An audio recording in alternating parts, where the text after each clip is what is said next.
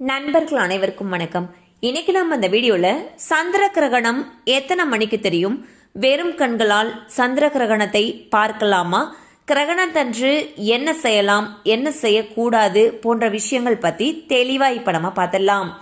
வீடியோக்குள்ள போறதுக்கு முன்னாடி இதுவரைக்கும் நீங்க நம்ம சேனலை சப்ஸ்கிரைப் பண்ணலைன்னா உடனே சப்ஸ்கிரைப் பண்ணிருங்க. அப்படியே பக்கத்துல இருக்கக்கூடிய பெல் பட்டனையும் கிளிக் பண்ணிருங்க. அப்பதான் நாங்க போடக்கூடிய வீடியோஸ் அனைத்தும் உங்களை கரெக்ட் டைம்க்கு ரீச் ஆகும். இப்ப வாங்க வீடியோக்குள்ள போலாம். 2026 ஆண்டோட முதல் சூரிய கிரகணம் தற்பொழுதுதான் முடிஞ்சிச்சு. இந்நிலையில் முதல் சந்திர கிரகணமானது வர இருக்கு. சூரியன், பூமி, சந்திரன் இது மூணும் ஒரே நேர்கோட்டில் வரும் பொழுது பூமியுடைய நிழலானது சந்திரனை மூடுவதால் சந்திர கிரகணம் ஏற்படுது. இந்த சந்திர கிரகணம் பாத்தீங்கன்னா ரொம்பவே முக்கியத்துவம் வாய்ந்த ஒன்றாக கருதப்படுது. இந்த வருடத்துடைய முதல் சந்திர கிரகணமானது வரக்கூடிய மார்ச் 3ஆம் தேதி வர இருக்கு.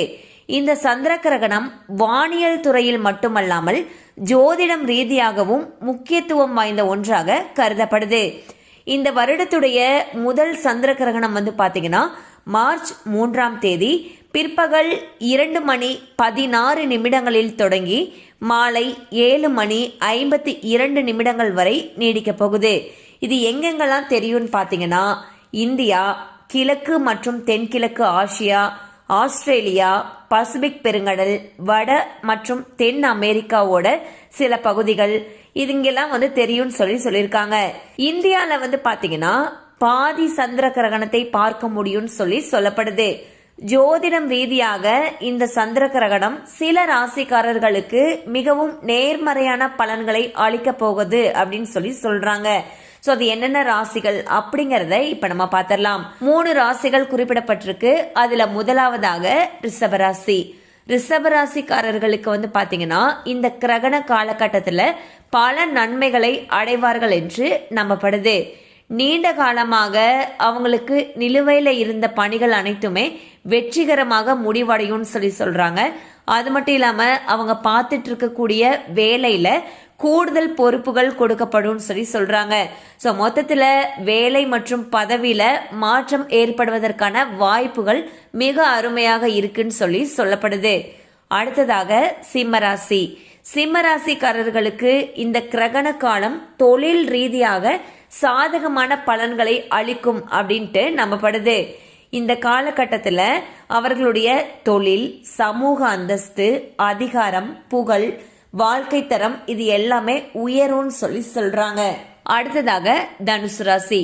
தனுசு ராசிக்காரர்கள் சந்திர கிரகணத்தின் பொழுது பல்வேறு நன்மைகள் அடைய போகிறார்கள் சொல்லப்படுது.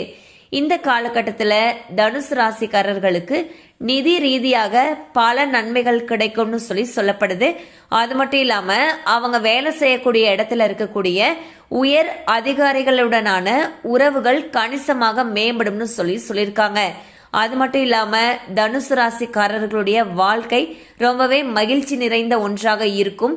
குடும்பத்துடன் தரமான நேரத்தை செலவிடலாம்னு சொல்லப்படுது. அடுத்து இந்த கிரகணத்தின் பொழுது என்னென்ன செய்யக்கூடாது அப்படிங்கறத இப்ப நம்ம பார்த்துடலாம்.